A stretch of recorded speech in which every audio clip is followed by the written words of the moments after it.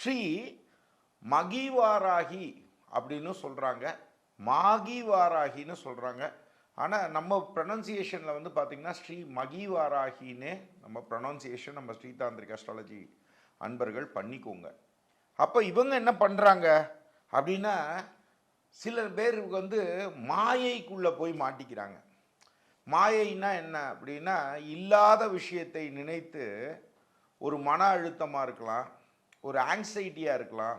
சில பேருக்கு வந்து பார்த்திங்கன்னா மெடிக்கல் ரிப்போர்ட்லாம் எடுத்து பார்ப்பாங்க. மெடிக்கல் ரிப்போர்ட் ஃபுல்லாக செக் பண்ணி பார்ப்பாங்க. இன்றைக்கி அறிவியல் ரீதியாக பார்த்தாங்கன்னா உடம்புல ஒன்றுமே இல்லைம்பாங்க டாக்டர்ஸ்.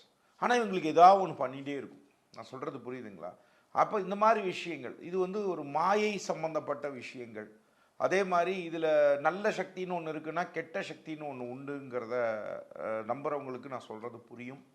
அப்படிங்கும் பாசிட்டிவ் எனர்ஜின்னு இருக்குன்னா நெகட்டிவ் எனர்ஜின்னு ஒன்று இருக்குது. இந்த நெகட்டிவ் எனர்ஜி இன்ஃப்ளூயன்ஸில் இருக்கக்கூடிய அன்பர்களுக்கு அந்த மாயை தோற்றத்திலிருந்து வெளியே கொண்டு வரக்கூடிய அம்சங்களை வந்து பார்த்தீங்க அப்படின்னா,